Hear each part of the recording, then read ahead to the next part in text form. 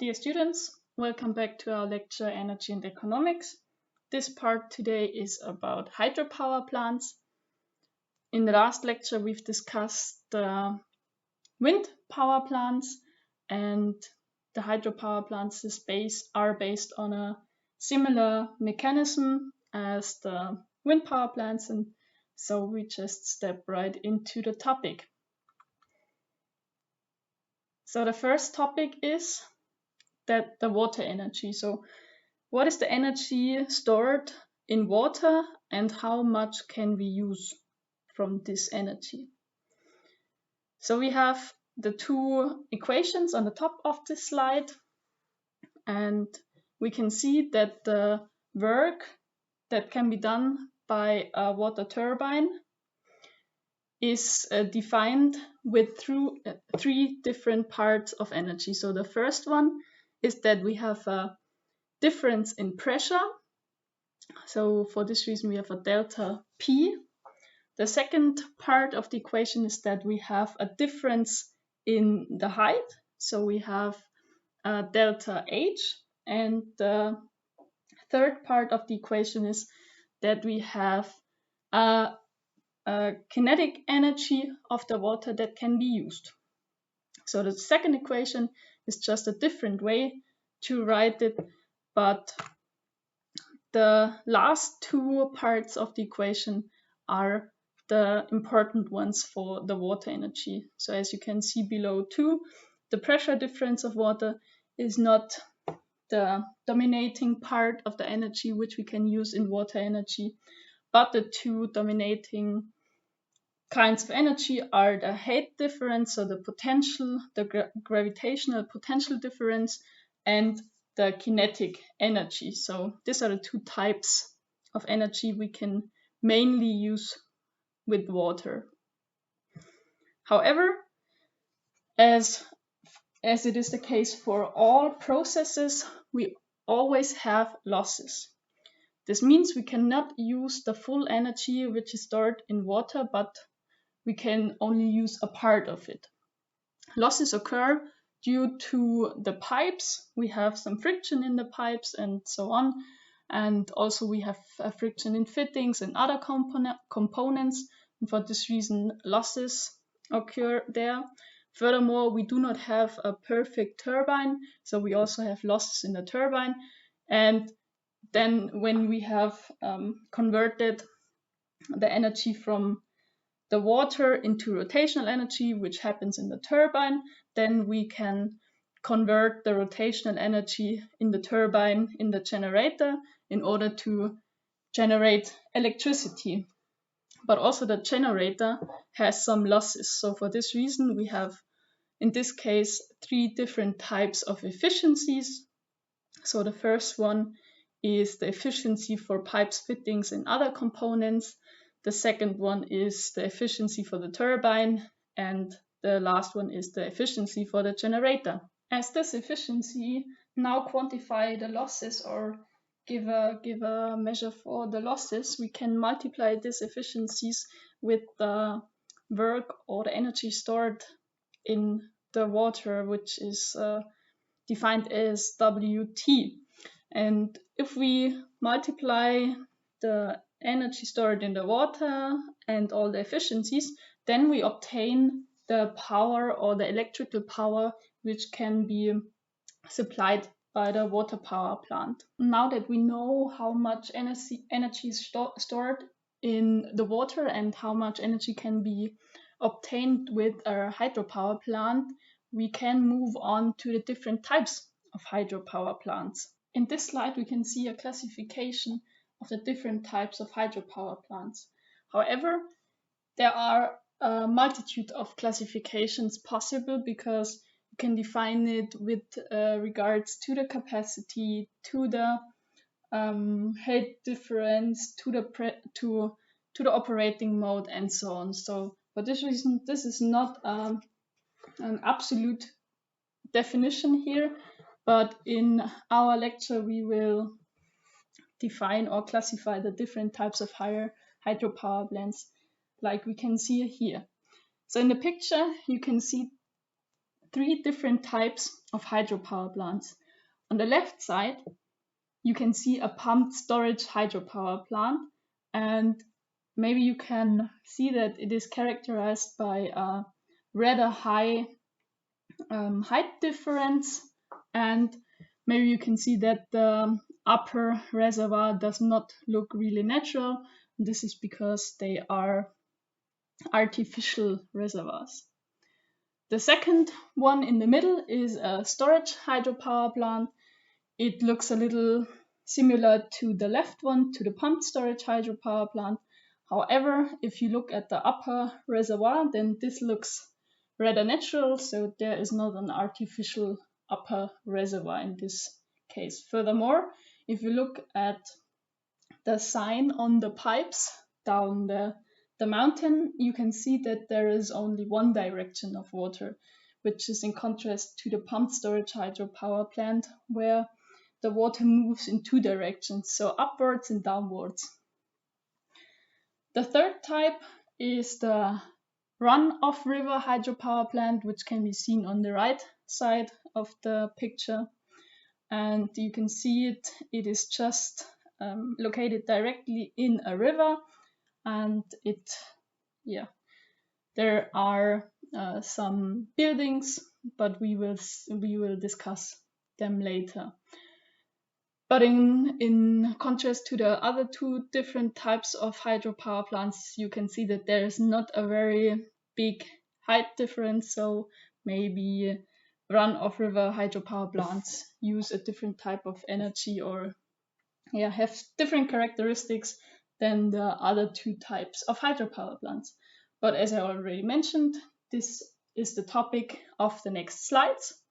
However, now I want to give you some information about other special forms of hydropower plants. So for example, the first one is that you can use the ocean energy too. For these technologies, we have some slides at the end of this lecture too.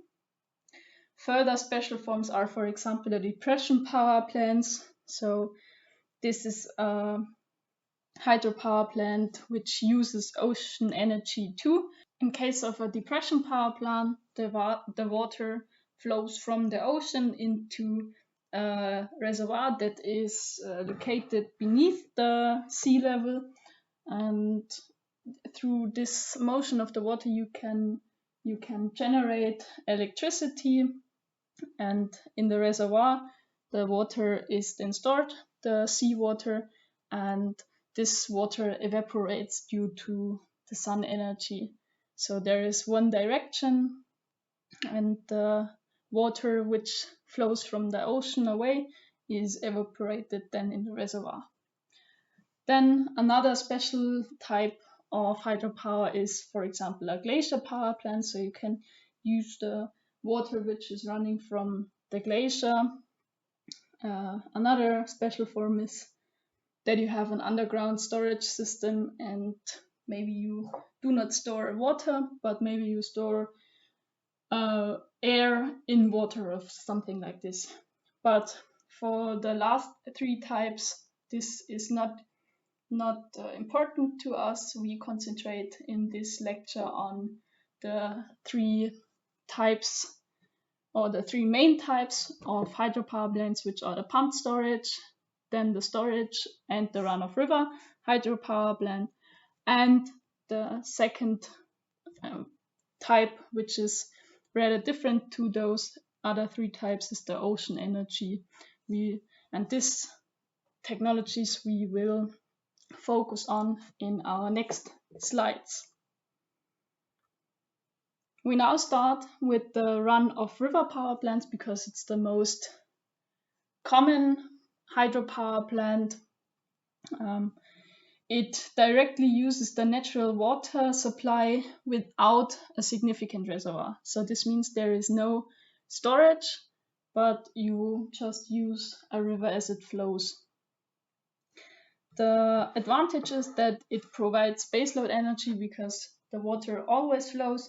It's not completely constant because you have different amounts of water flowing throughout the year, and for this reason it's not completely constant, but it it is not adapted to the demand, and for this reason it is baseload energy. The run-of-river power plants are mostly low-pressure plants which are built directly into the riverbed. However, you have low drop heights due to a weir. This weir dams up the river just a little and so creates a little or low drop height in the river, which can be used in the hydropower plant too. So, but this means that the weir does not create a reservoir, or which means that there is no storage in the run-of-river power plant. So then we have the weir, which dams up the river a little, and next to the weir often is directly the power plant. So this power plant has then a turbine in it, and the water is directed onto the turbine blades, and thus the turbine generates, or the turbine converts the energy stored in the water into rotational energy, similar to a wind turbine, and this rotational energy is then converted into electrical energy with a generator. However, if we build a run-of-river power plant into a river, then we have some problems. If we build a weir and a power plant directly into the river, then the river might not be passable anymore. So this is the case, for example, for fish or for other animals that live in the water, and furthermore, it is also not passable anymore for ships and something like this. So for this reason, we need, if it is a navigable river, then we need a lock which enables the ships to pass the hydropower plant or the run-of-river power plant. On the other hand, we have the fishes which cannot pass the hydropower plant, or may take some damage if they pass through the turbine, and for this reason we need a bypass for the fishes, so they can use then the bypass watercourse, and or an alternative is also a fish ladder, and then the fish can move around the run-of-river hydropower plant and do not have to pass through the power plant itself. For this bypass watercourse, you also need some water, but this is just a small part of the water which passes through the hydropower plant. And this water, as I already mentioned, is then directed onto the turbine. This turbine converts the energy into rotational energy, and the rotational energy is used by the generator, which then produces and supplies electricity. The power which can be supplied to, or the power which is supplied from the water to the run-of-river hydropower plant, is a result from the small height difference and from the flow rate. So this is a combination of flow rate and height difference.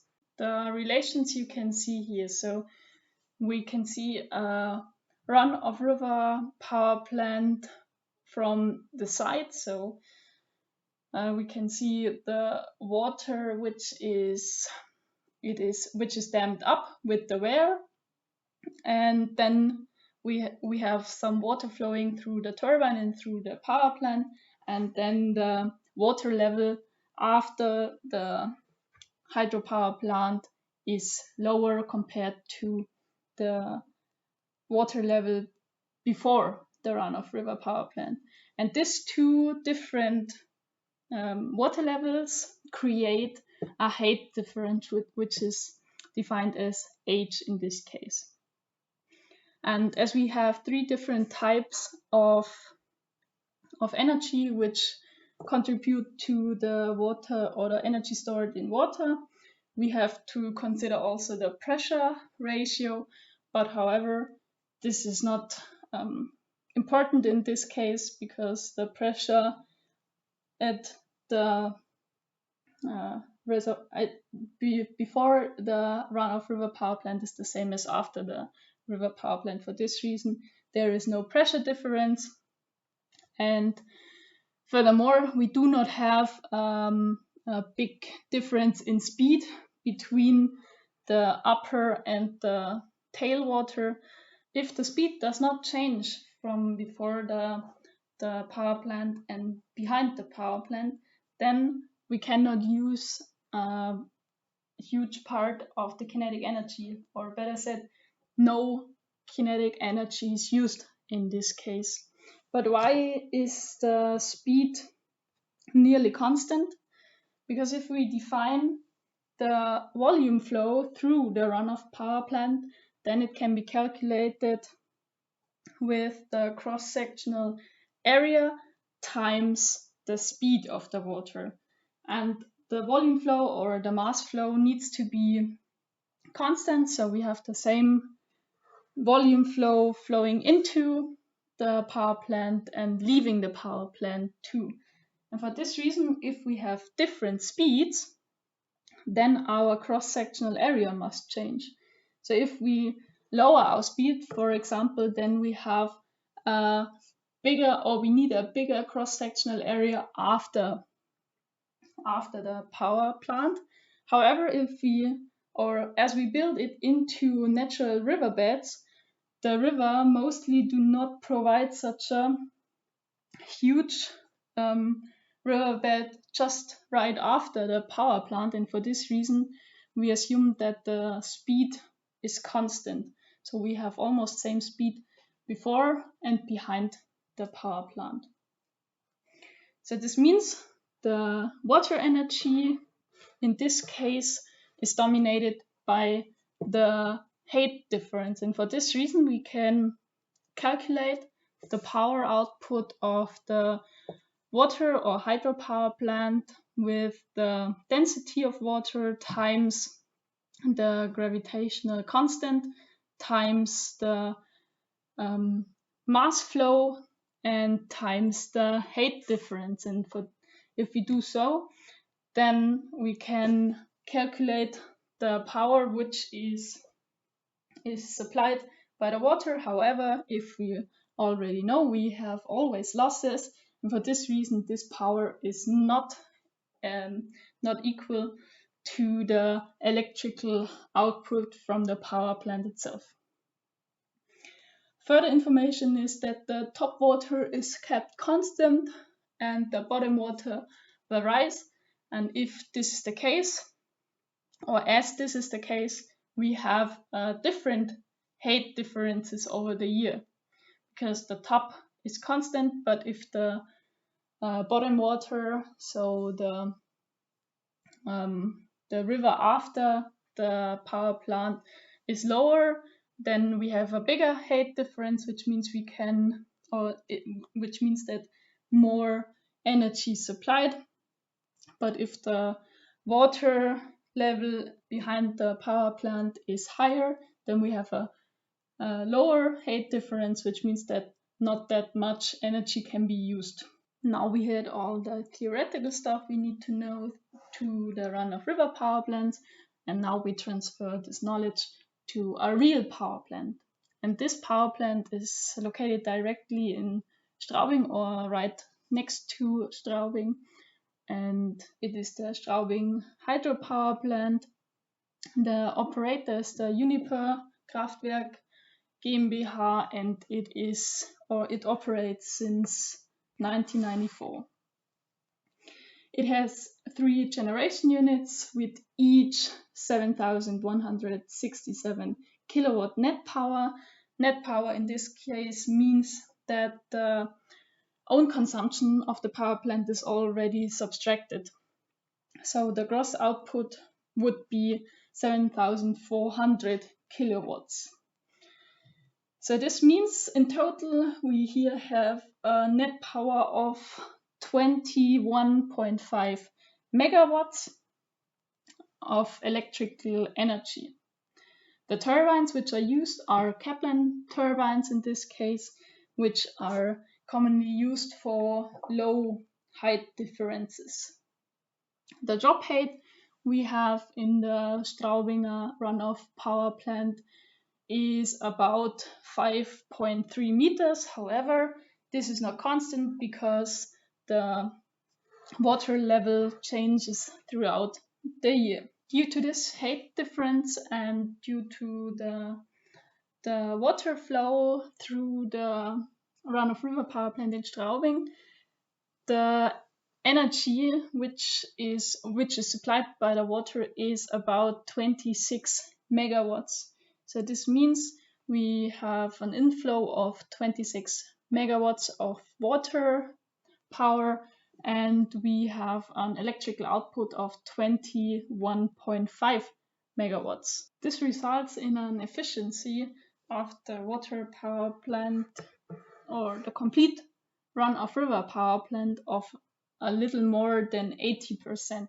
So 80% of the energy provided from the water are converted into electrical energy in the end. The water quantity which is flowing through the run-of-river power plant is approximately 500 cubic meter per second. So this is a huge quantity of water which is running through the turbines every second. And this runoff power plant with this water quantity flowing through the turbines then provides per year approximately 145 million kilowatt hours of electricity. This electricity is baseload, or has baseload characteristics, so it means that the electricity output is not completely constant, but it is rather constant and it is not adapted to the current demand. However, there are some differences in the electrical output because we have different height differences throughout the year and different water quantities flowing through the run-of-river power plant throughout the years.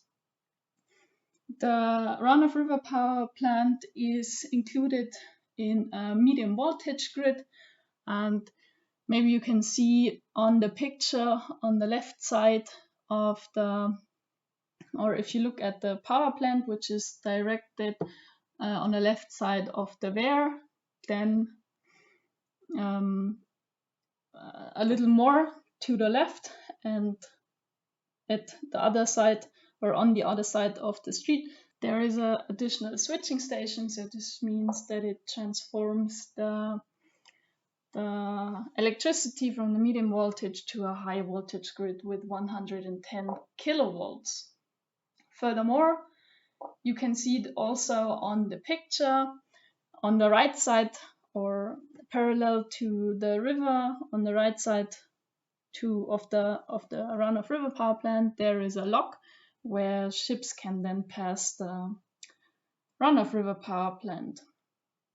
However, some further informations: if we have 145 million kilowatt hours per year, this is enough to supply almost 50,000 four-person households with electricity for one complete year.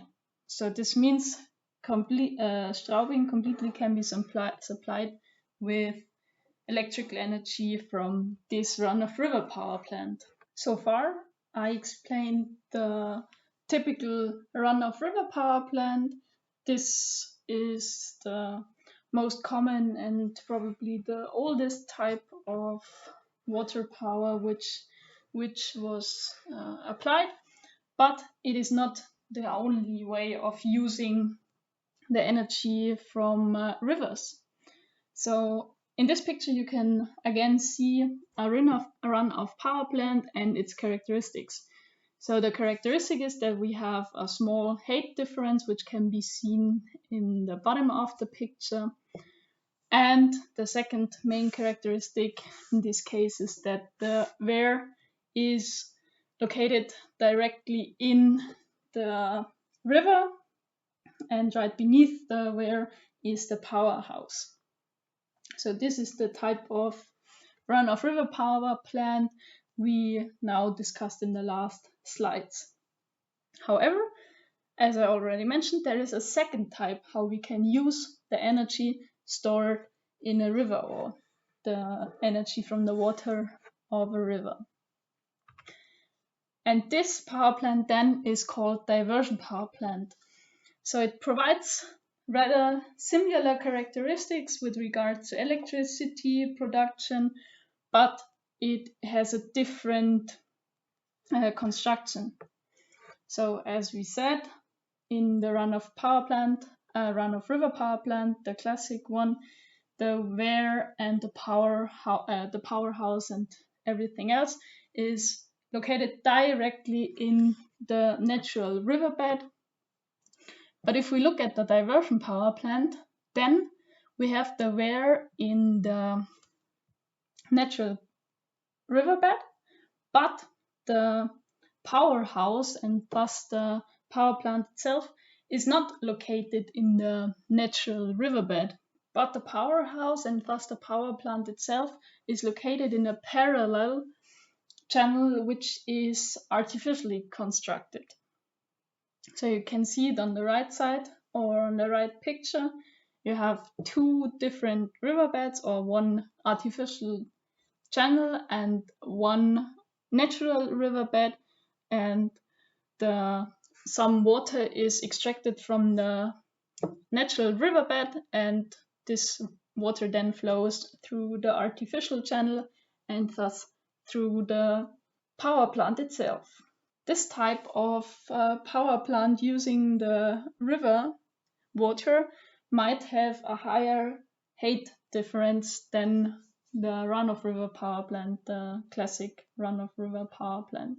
But this depends on the surrounding of the diversion power plant, of course. On this slide, some more information about the special type of run-of-river power plant, which is called diversion power plant given.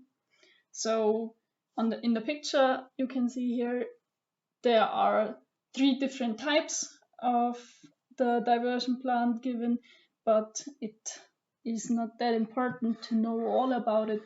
But the information given by this picture is that there are different arrangements of the diversion power plant. So for example, the first one is that the weir is in the natural riverbed and the power plant is in an artificial channel which is more straight or is straighter than the natural riverbed. Then the second type is that we have a straight river and we then create an artificial channel parallel to it, but this means that the channel is much shorter or can be much shorter compared to the first situation. And yes, the third option is very similar to the second option. However, in this case, the natural riverbed is slightly curved, and this leads to some different characteristics. But as I already said, this does not matter or is not really important to us. However, there are some characteristics we should know about the diversion plan, which is that the residual flow in the main channel, so the natural riverbed, is reduced due to the diversion plan because we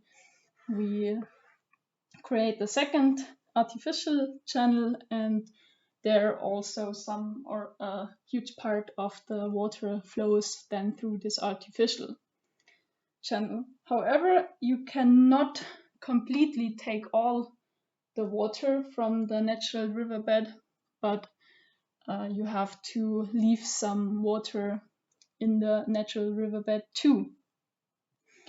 Then the electricity generation from this diversion plant depends on the discharge.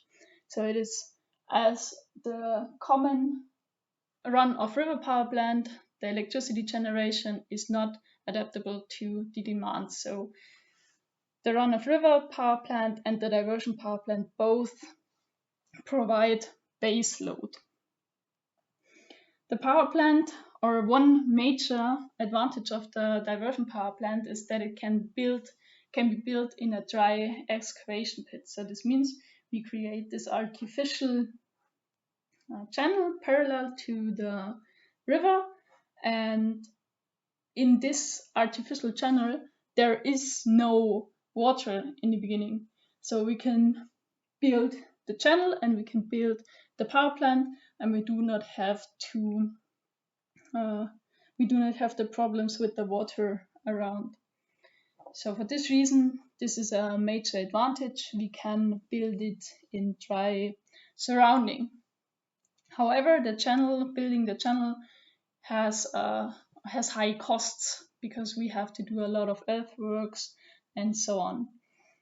In general, the diversion plant has different pressure levels. So this means that it has a medium, or it can have low drop heights, but it can also have medium drop heights, and it can also have higher drop heights. So this strongly depends on the surrounding conditions. For example, if we construct such a diversion plant in a mountainous terrain, then we might achieve higher height differences.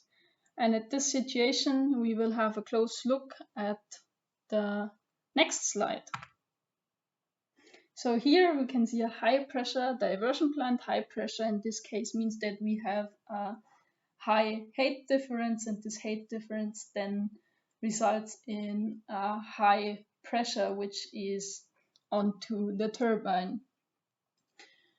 So what are the main characteristics of this diversion plant? So we have a continuous electricity generation. This is very similar to the common run-of river power plant, and also to a diversion power plant with not so high height difference. So this means we have a base load and it is not adaptable to the current electricity demand. However, the higher drop height brings also some disadvantages, because the larger drop heights bring bad load. So this means that we have to protect our powerhouse or our power plant from stones and sand. So we have to intercept stones and sand before it enters our power plant, and in order not to have this all in front of our power plant, we have to protect the artificial channel also from this stones and sand. So no stones or sand should enter the artificial channel, in this case called the pressure tunnel. The pressure tunnel in such a high pressure diversion plant runs underground. So this means you cannot see this pressure tunnel, and furthermore, the complete cross-section area is filled with water in this pressure tunnel. And this pressure tunnel consists of two different types of pressure tunnels. So at the beginning, we have a low pressure tunnel, and this one lets the water into a surge tank, and from this surge tank then we only have a short pressure tunnel to the power station. So this is then a high pressure tunnel. And if we consider the surge tank, this one, or the function of the surge tank, is to reduce the pressure surge in the pressure tunnel if we have pressure swings. Because if we open or close valves in the pressure tunnel, then we can have huge huge change in pressure in a very short time, and this results then in huge forces. And if we have such a surge tank, then these forces do not, or are not directly occurring on the turbine or something like this. Such a high pressure diversion plant can be designed in many different ways, and this is strongly depending on the surrounding conditions. So what is the surrounding terrain, how big is the height difference, and so on. However, if you look at the design of such a high pressure diversion plant, then we have some differences. For example, that we do not have a weir, but we have an overflowable water catchment that can be used for such a high pressure diversion plant. Furthermore, we have there are other types of the pressure tunnel, so we do not have to have a closed pressure tunnel underground, but we can also have an open channel, and so on. So there are many different ways of designing such a high pressure diversion plant, or as you have seen on the previous slide, there are many different ways of designing such a diversion plant. Does not matter whether it's a high pressure or a low pressure diversion plant. Okay, now we know a lot about run-of-river power plants and also about the special type of a diversion power plant, which is also using the energy of the river water. And with this knowledge, we now move on to the electricity generation characteristics. And on this slide, you can, for example, see the actual generation of the hydropower plants in Germany over 1 year. So in orange, you can see the year 2019. This displays that we have not a constant electricity generation with hydropower or run-of-river power plants, including diversion power plants, but it is rather constant. So we have some differences throughout the year, but the differences are not that big. If we look at the year 2020, then it's pretty similar to the year 2019. So we have some changes throughout the year, but overall it is rather a constant way of generating electricity. And also in the year 2021, there is a similar characteristic of the actual electricity generation. So what can we follow from this graph?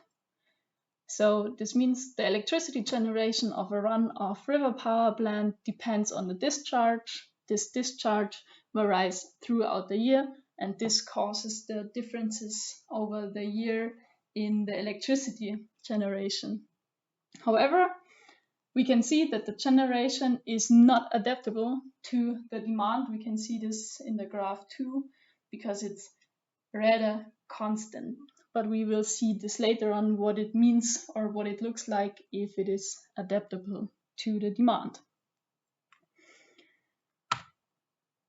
So we can say run-of-river power plants provide baseload, but as we all know, we have a problem because our demand and our generation does not match at many or to almost every time.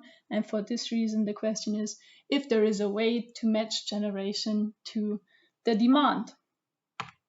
And I can say there is a way to match the generation to the demand, and this is also possible with water or hydropower plants.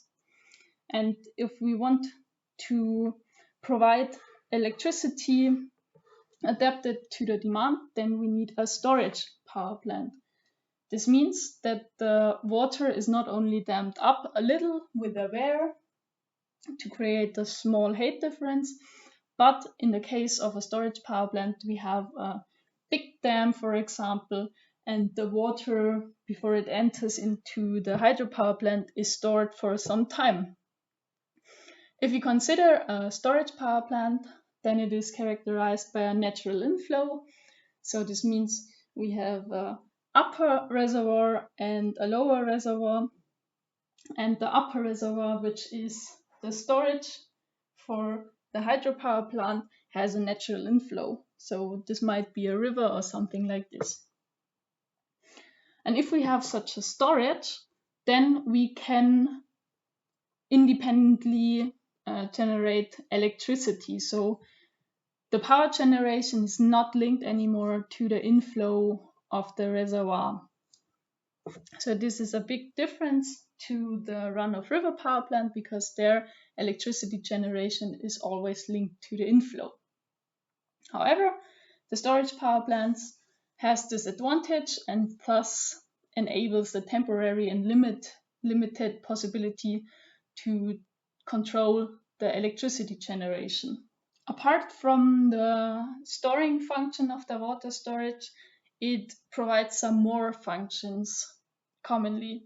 For example, you can protect the area from floods with this water storage.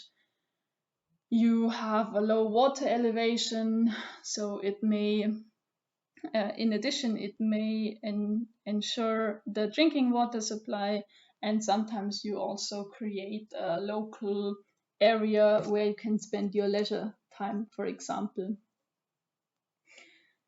The characteristics of such a storage power plant is that we have higher height differences compared to the run-of-river power plants, but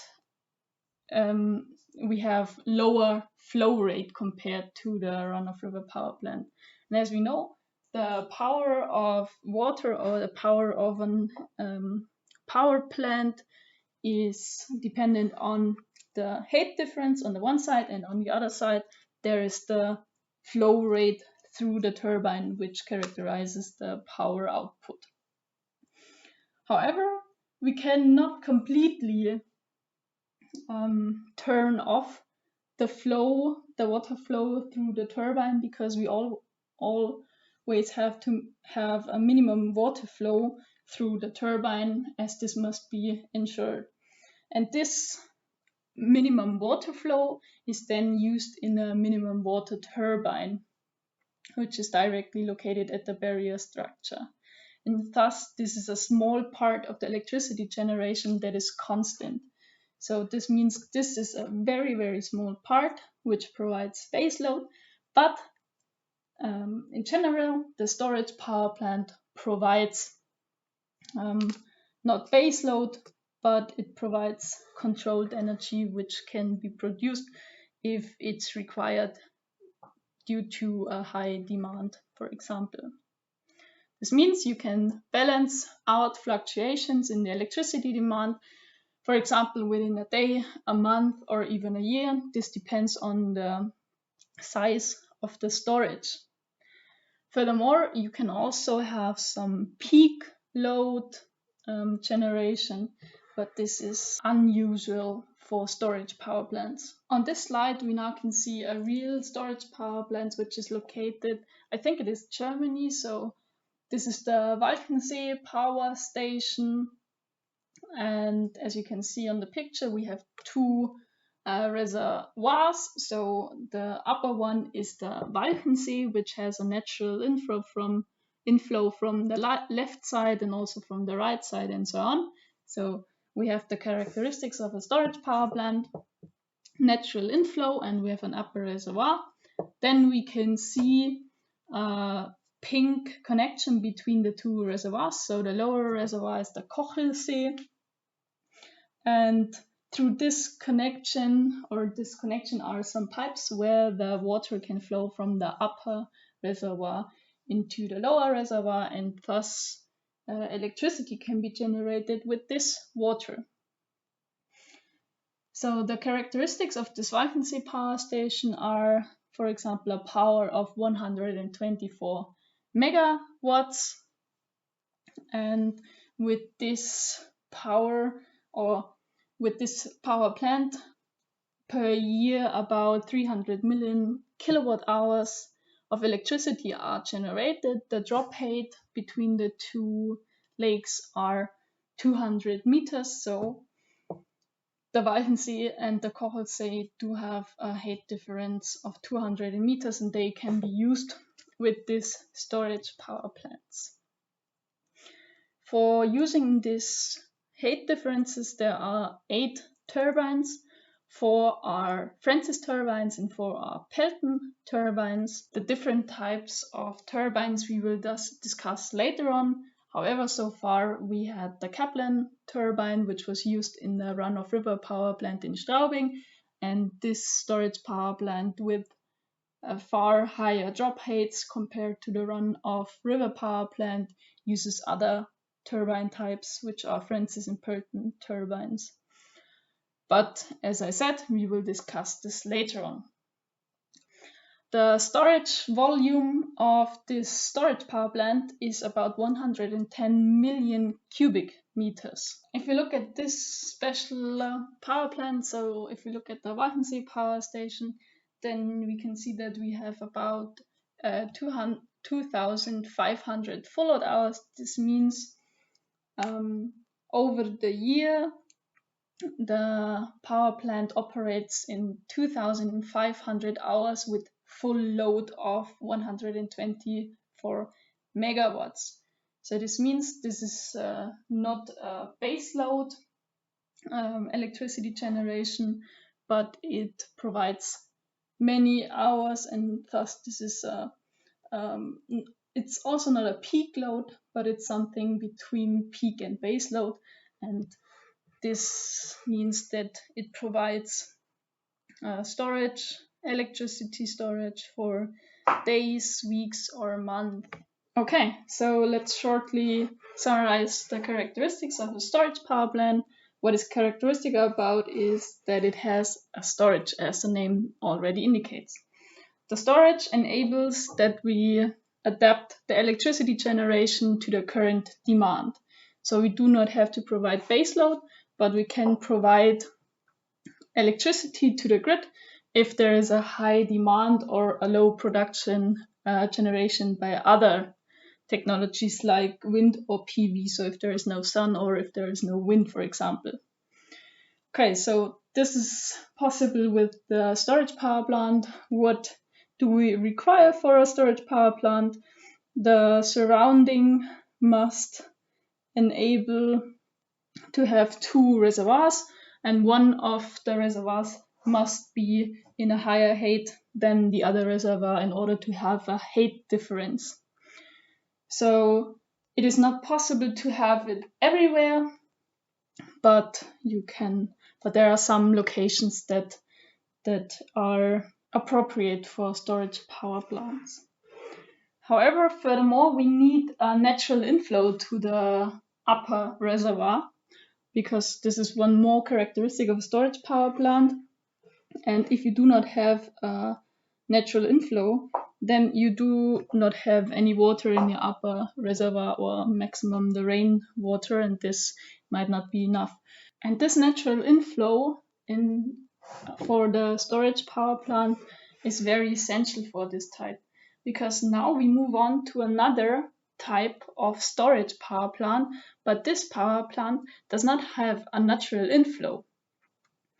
We call it pumped storage power plant, and usually, not always, but usually this pumped storage power plant, the reservoir does not have a natural inflow. And this means we again have two reservoirs, one which is at the higher height and another one, and this height difference is then used in a turbine. But how do we have then our water in the upper reservoir if there is no natural inflow? And this is done by pumping water upwards from the lower reservoir into the upper reservoir. So this means the pumped storage power plant is a real energy storage. And there is no net power generated in the end, because if you look at the picture on the left side, then we have two modes for the pumped storage power plant. One is called the pump mode, and the turbine mode is the other one. In the pump mode, the water is in the lower reservoir, and we pump our water with electricity from the grid into the upper reservoir. This means we now have a higher potential energy in the water, and thus we have stored electricity in the potential energy of the water. Then this is the storing process of the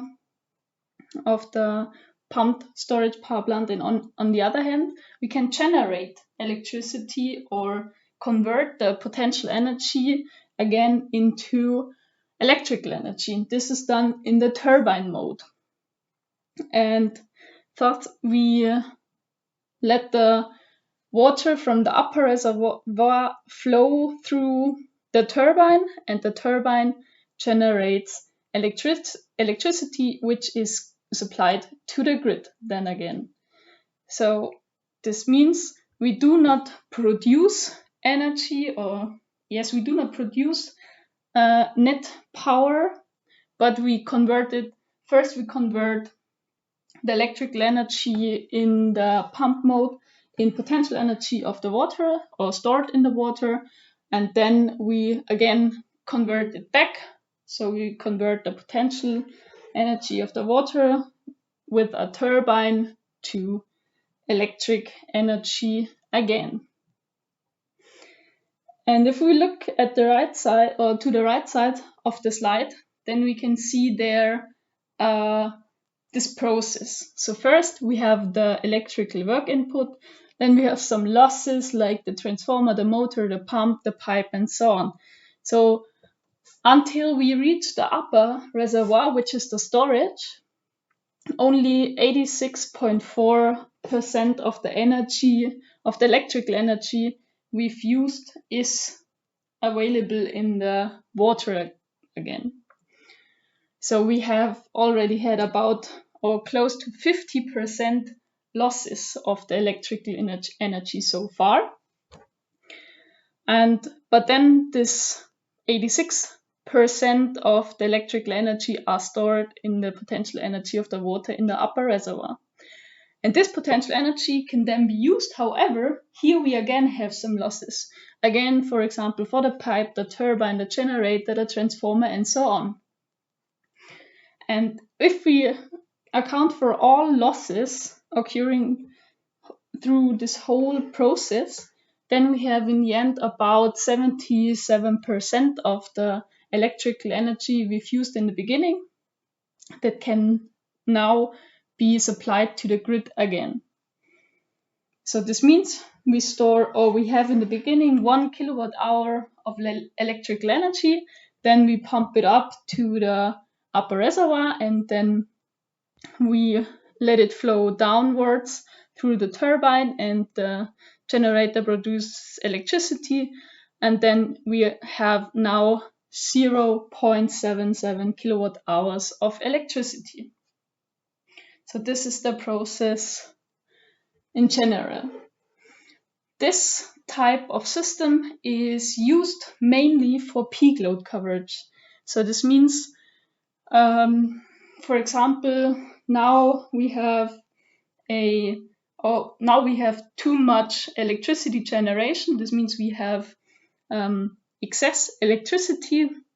What can we do with this electricity? Okay, we use the pumped storage power plant and turn it on in the pump mode, and we convert the electrical energy, which is too much right now, into potential energy of the water.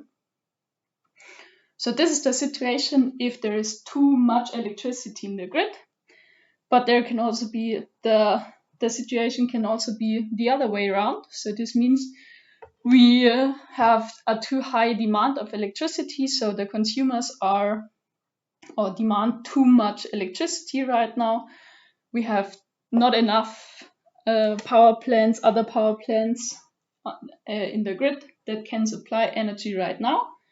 This means we now operate the pumped storage power plant in the turbine mode and generate electricity. But this is also possible if we have stored some water already in the upper reservoir before. So before we can produce or generate electricity with the pumped storage power plant, you have to operate it in a pump mode, or you have been operating it some time ago in the pump mode, and some water needs to be in the upper reservoir.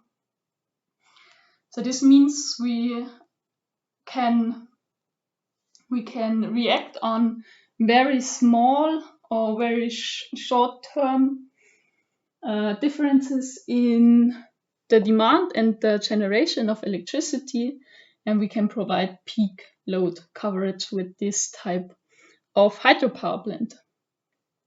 As we have already seen in the picture on the right side of the slide, we can achieve efficiencies of up to 80%, which is not perfect, but which is a good value for such a storage. And what is really positive about the pumped storage power plants is that we can achieve very high capacities. For example, let's have a look at the pumped storage power plant in Goldistal. So here we can see that we have the two different modes. We have the turbine operation.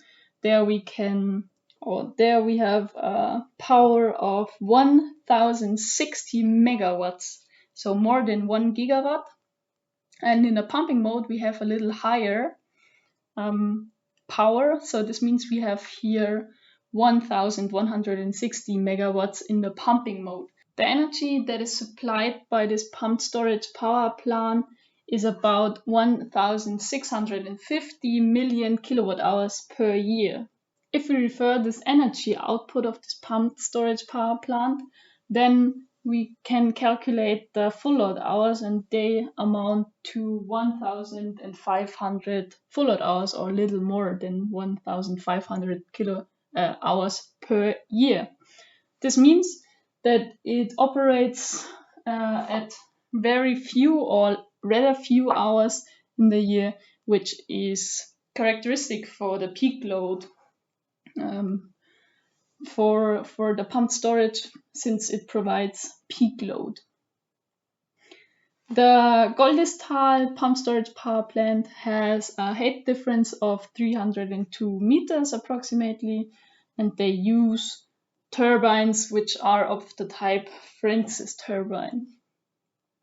The storage, which is realized, or the upper reservoir in this case, has a capacity of 13 million cubic meter approximately, and this 30 million cubic meter are sufficient to store the electricity for 9 hours at full load operation. So this means the turbine with the 1060 megawatts can be operated at this power for 9 hours, and then the storage is empty. To reach this full load, so this means to reach this 1060 megawatts in turbine operation, about 100 seconds are required, and then we can operate already at full load. One more advantage of such pumped storage power plants is that it has a black start capability. This means if the grid has failed, or there is a large-scale grid failure, then the pumped storage power plant can help to restore the energy supply. So it is very useful to the grid to have some pumped storage power plants in it. Then some special points about the Goldistal pumped storage power plant is that the upper reservoir is artificially created, so there was no reservoir before the pumped storage power plant was constructed, and the lower reservoir was created by a dam. So there was already a river or something like this, which was much smaller. You can see it on the picture on the right side at the bottom. There is a very small river which flows from the lower reservoir in the direction of Goldistal. So there is a small remaining river, but it was dammed up, and for this reason we now have a reservoir here. So that's all from my side to the pumped storage power plant. So now we have discussed the most common type of hydropower, which is the run-of-river hydropower plant. Then we have a special type of the run-of-river, which is the diversion plant. So those two types are characterized by providing base load. So this means you cannot adapt the electricity generation to the demand. In contrast to these types, we have the storage and the pumped storage power plants, and they can adapt their electricity generation to the current demand. Furthermore, they have some characteristics which are very different. For example, if we consider the run-of-river power plant, then they have rather low drop heights. For example, the Straubing power plant has a drop height or height difference of 5 meters.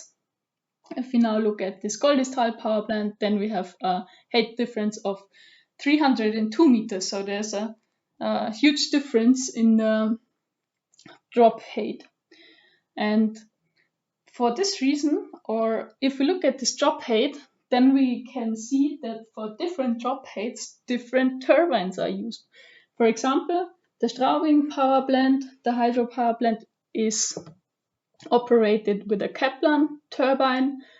Then the storage power plant used both the Francis and the Pelton turbine, and now here we can see that this pumped storage power plant uses Francis turbines. So maybe there is a relation between drop height and the turbine type which is used. And to explain this relation, we now move on to the different turbine types. As I already mentioned, we have mainly 3 different types. So the Kaplan turbine, the Francis turbine, and the Pelton turbine. You can see them, or you can see the geometry of these different turbine types in the pictures here. And the Kaplan turbine is the appropriate turbine for drop heights between 2 and 60 meters, while the Francis turbine is used if we have height differences from 40 to 700 meters, and the Pelton turbine is mainly used if you have very large height differences, for example 300 to 2000 meters. However, these drop heights are not fixed. So it's not you have 59 meters of drop height, then you use Kaplan. But you see that there is an overlapping between Kaplan and Francis turbine.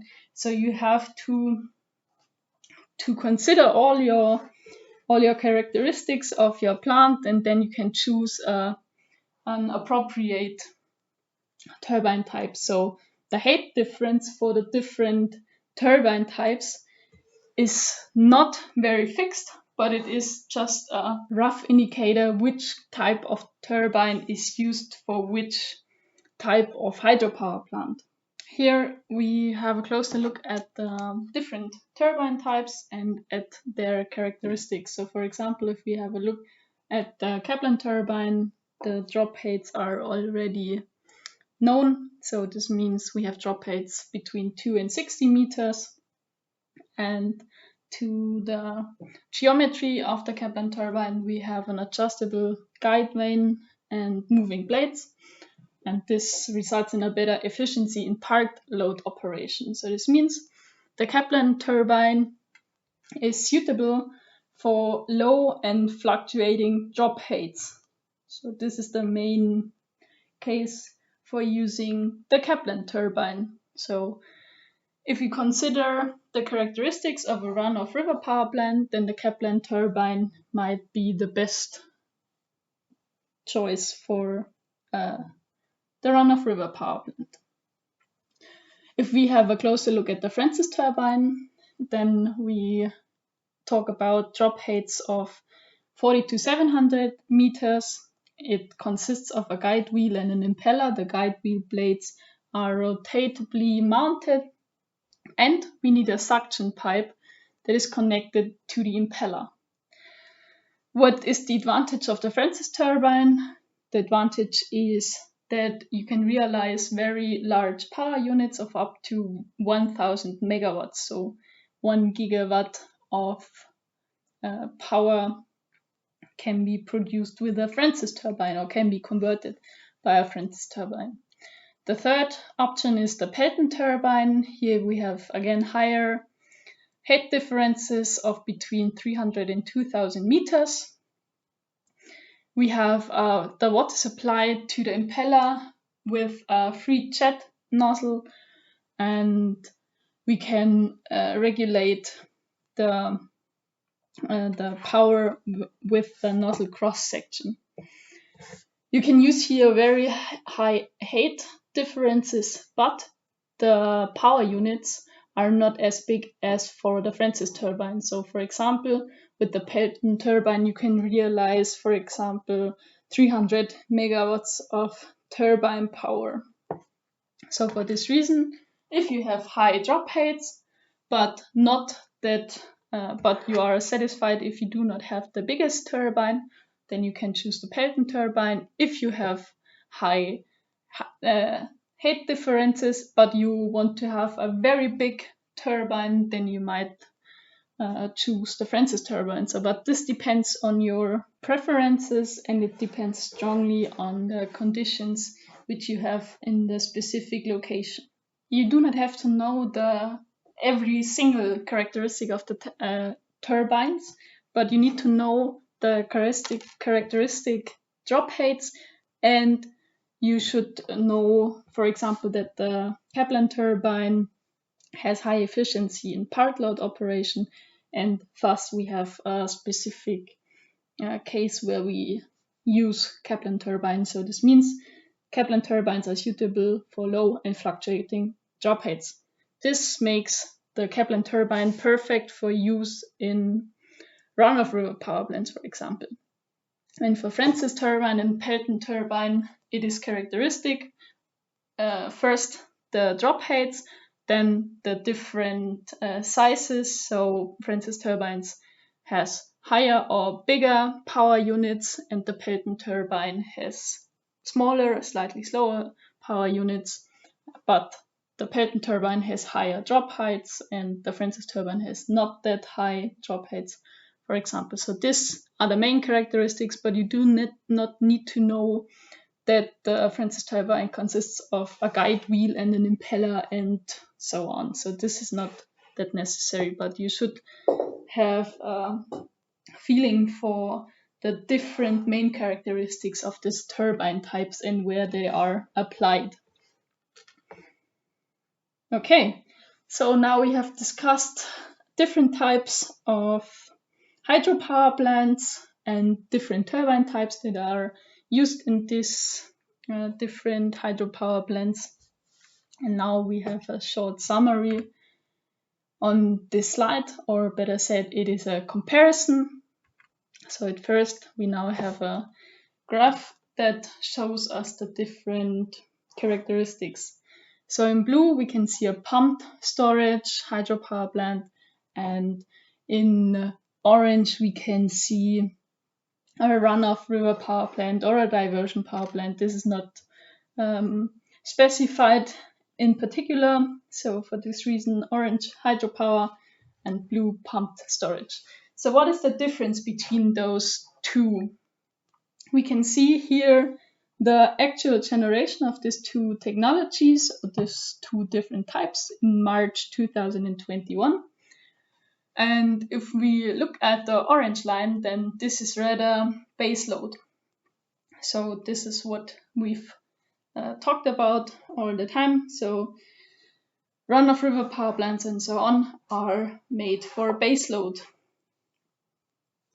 electricity generation. In contrast to this, we can see here that the pumped storage provides very fluctuating electricity. So this means we have a peak, and then we do not provide any electrical energy by the pumped storage. Then we again provide electricity storage, but we have a far higher amount of megawatt hours which are provided by the pumped storage compared to the hydropower. But it is fluctuating. And this means hydropower itself is able to provide baseload, but if we consider the pumped storage hydropower plants, then we can provide peak load. So this means we can adapt our electricity generation to the current demand. And in the table at the bottom of this slide, we can see a small summary or classification again of the different types. So we have the run-off river plant, the storage plant, and the pumped storage plant. However, this is not an absolute classification, but it's rather an indication of the main characteristics. So for example, if we look at the run-of-river plant, then we commonly have low drop heights. For this reason, we use the Kaplan turbine. Then it's characteristic that there is no storage in the run-of-river power plant, and for this reason, we generate baseload electricity, which is not adapted to the current demand. Furthermore, we have already discussed the diversion plant, which is a special type of the run-of-river power plant. And what is also important is that for a run-of-river power plant, mostly an ecological bypass is required in order to ensure the passability for fish and something like this. Okay, but as I already said, this is not an absolute classification. For this reason, as we've learned, diversion plants also can have higher or medium drop heights. Then the second type we've discussed is the storage plant. Here we have medium or even high drop heights. For this reason, we use the Francis and the Pelton turbine.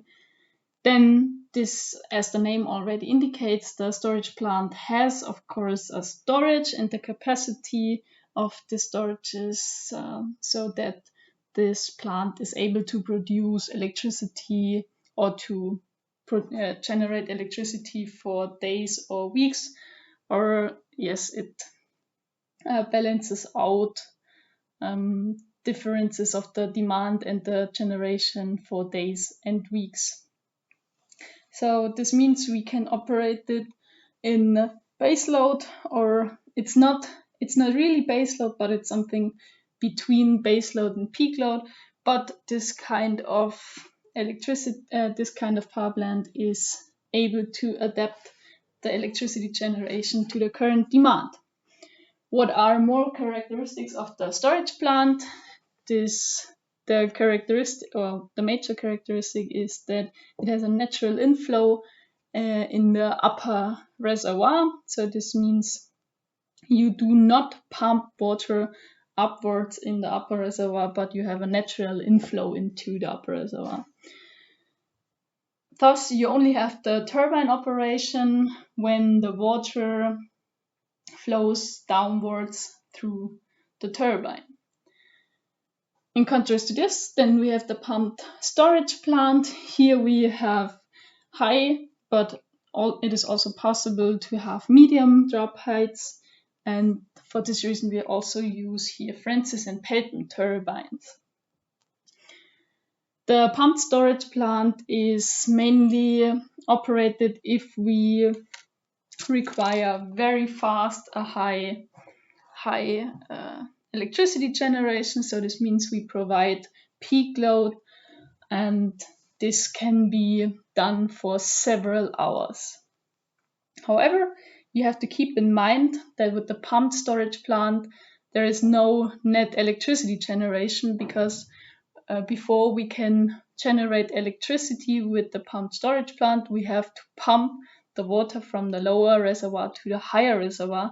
This means we first need to use electricity to pump it, and then we can convert this energy again into electricity. For this reason, we can operate the pumped storage plant in two operation modes, which is the pumping and the turbine mode. Okay, so this is all so far to the common types of hydropower, like the run-of-river power plant, the storage plants, and the pumped storage plants. Now we move on to more innovative or more hydropower plants that are in the stage of research, for example. This brings us to the ocean energy. And the first type I want to discuss with you is the tidal energy. For this reason, we need to know what tides are and the reason why there are tides. And tides are caused by gravitation of the moon and the sun. And this means that this energy is connected with the orbit of the moon around the Earth and the Earth around the sun respectively. So this means it's not constant all the time, but we relate on the orbit of the moon and so on. Then this tidal energy can be used in two different ways. The first one is that we use the height difference. Because if we have a tidal change, then it creates a height difference. This means we can accumulate the water at high tide and discharge via the turbine at low tides. This type of power plant you can see in the picture on the left side of the slide.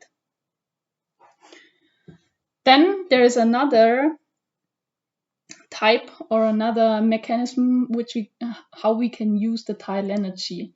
And this is, for example, that we use the kinetic energy. This is very similar to the use of wind energy, but in this case we do not use wind with air, but we use the ocean currents and thus use water as medium in a turbine. And as you can see in the picture, it really looks a little like a wind turbine, and this one is then in the water, and then when the water flows in the one direction or in the other direction, then this turbine begins to rotate, and thus it generates electricity. So this is the first type, the tidal energy for the ocean energy use. There are several more types how we can use the ocean energy. For example, we can use the wave energy.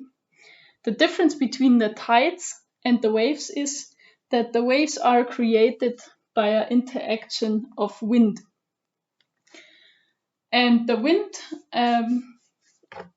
blows over the water surface, and thus the water begins to move. Furthermore, waves are also generated due to the tides, because it's just, because then the water needs to move too. And another reason for waves can be seismic activity. And if you want to use the wave energy, then there are many different types of mechanisms to use this type of energy. The first one I want to discuss with you is the oscillating water column. And here the case is that the water column and the air column oscillates. If you look at the picture on the left side of the slide, then you can see that there is something like a building where the height or the waves enter this small building, and due to the waves and the different heights, the height in this building varies too. And at or above this water column, there is a air column. And if the water height rises or the water level rises, then some air leaves this building.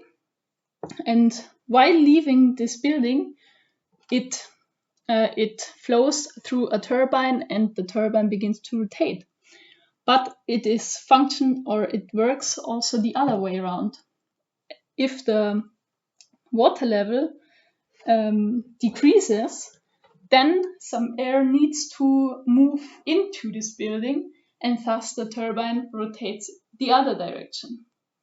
So for this reason, you can generate here a rotational energy, which can then be converted into electrical energy in a generator. This type is used in coastal and offshore areas, and as I said, the turbine uses both directions. Another mechanism to use the wave energy is that we use the wave-induced drop height. So this can be achieved, for example, or realized, for example, with the wave dragon power plant. And here we have a ramp this ramp is reached by waves, and the waves then flow over this ramp into a small reservoir or a steel basin, and this one is located a few meters above sea level. And when the water reached this basin or this reservoir, then the water falls in the fall shaft, and there is a turbine located. And for this reason, this kind of power plant can use drop heights between half a meter or 1.5 meter, for example. However, the dimensions of such a wave energy power plant are pretty huge. So, for example, I have here the dimensions of a prototype. So this means we have a span of 58 meters, and the steel reservoir has 58 times 33 meters. However, if we want to have a real power plant which produces higher amounts of electricity, then the dimensions must be much larger. So for this reason, this is in research so far, and it's not sure if this finds real world application.